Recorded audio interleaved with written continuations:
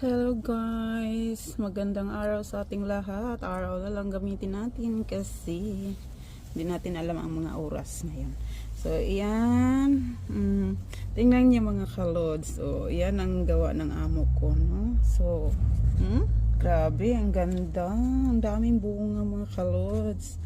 Oh, ayan. At ito malapit na rin tumamunga, no? Kasi ang dami ng mga bulaklak. Oh, tingnan mo, marami nga. Ayan, oh. Mga bunga na yan, eh. Hala, grabe siya.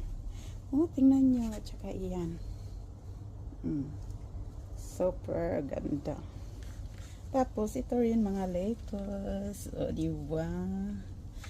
Napakasipag talaga ng amo ko, mga kalods. Grabe. Ito pang salad din ito eh. Matigas siya pero masarap. Kasi ano yan, pag nilagyan mo ng lemon.